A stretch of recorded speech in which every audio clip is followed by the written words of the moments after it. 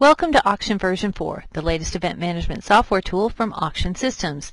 In this tutorial, I will show you the settings for items. To change or add settings for the item entry form, from the main Home task ribbon, choose Settings. For setting type, choose Item Settings. This is the Item Settings panel screen with the panels closed. The setting areas for items are item type names, pricing as displayed on documents, item pricing, basket donors, sales tax. A summary of the information in the settings chosen for each panel appears on the right of the closed panel. To change any of the settings for a panel, click the panel to open. There are 4 main item types in version 4, and the default names for these item types are Live, Silent, Bidboard, and Retail. If you would like to change the name of any of these item types, you can. The item types can be listed in the catalog, bid sheets, and on invoices, and on reports you can report on specific item types. For example, you may not have a bidboard, but you may have a super silent auction. Change the wording in this field from bidboard to super silent. Some organizations call their live auctions oral auctions. Change the wording from live to oral. Some states require special reporting on any games of chance. If you're not using one of the item types for something else and you do have a game of chance, you can change it to chance or games. Pricing displayed on documents allows you to set some defaults for how prices will show on documents, such as bid sheets and invoices. You can either hide cents when the cents is equal to 0, or always show cents even if it is .00. When there is no donor value for an item, rather than 0 printing on a bid sheet or the catalog, the item will appear as priceless. But you can change the word priceless to something else if you choose. Finally, we have guaranteed bid. Guaranteed bid is like buying it now.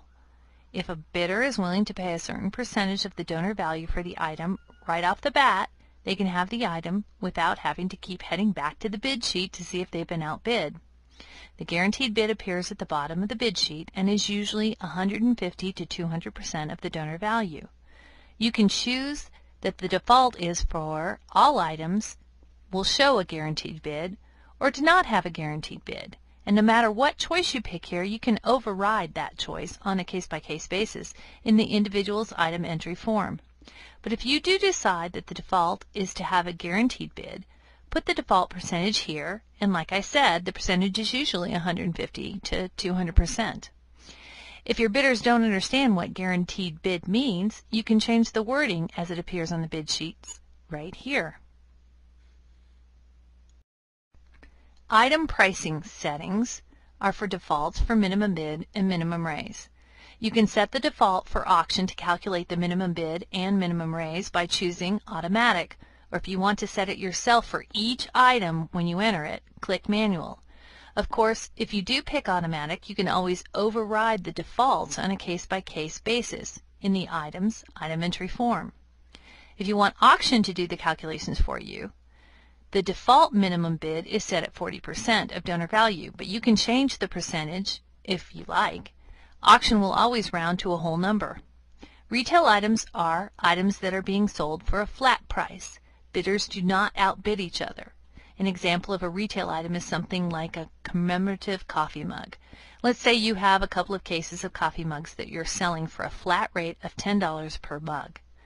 People can just purchase a mug using their bid number, and it will appear on their invoice at the end of the evening. The value of each mug is $10, so each purchaser is getting an item worth $10 for $10. By setting the automatic percentage of value to assigned price at 100%, auction will fill in the price for you. But maybe you will offer the item at a discount of 80% of its value. Then auction will set the price at $8 rather than $10. Or maybe you want to make money on the mugs and set the percentage to 120%. Auction will price each mug at $12. Lastly, you can set the number of lines on a bid sheet for an item to get from the minimum bid on the first line to 100% of its donor value on the last line. The default is set for 8 lines, which means auction will do the math for you. It will take the donor value minus the minimum bid and divide what remains by the number of lines, in this case 8 lines.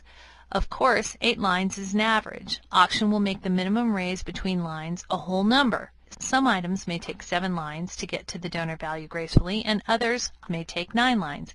But on average, most items will take 8 lines. And of course, you are able to override the defaults on a case-by-case basis. Baskets in auction may not be a physical basket. Baskets in auction are a collection of individual items donated by different donors that are being sold together as a single silent, live, retail, or bid board item. When the basket is assembled in auction, the donors appear in some order on the bid sheets and in the catalog. In settings, you have 2 choices of how you want to order the donors on documents. They can appear in alphabetical order, by last name or company name, or they can appear in descending order by the donor value of their particular contribution to the basket. If a donor is anonymous, the default is to exclude them from the listing, but you can change that to even include anonymous donors. Most organizations do not need to charge sales tax, but some states and taxing authorities do require sales tax be collected. Always check with your State Department of Revenue to find out if you are required to charge sales tax and to find out the rules. The default sales tax setting is to apply sales tax to an entire purchase price, but you may be allowed to charge sales tax on the lower of either the donor value or the purchase price. In some areas, gift certificates are not subject to sales tax, and gift certificates may be included in baskets that also include tangible items that are subject to tax. The default choice is to have the auction calculate what percentage of the donor value of the assembled basket that includes only the tangible items, and then charge sales tax on that percentage of the purchase price, or donor value, depending on what choice you picked above. You can also choose to make baskets fully taxable on everything, including non-tangible items. And you can set the sales tax rate for multiple taxing authorities. For example, the state may have a sales tax rate of a certain percentage, but you may also need to pay sales tax to the county and to the city. You can name and set the rate for up to 3 taxing authorities. This concludes the item settings tutorial. Thank you for joining us.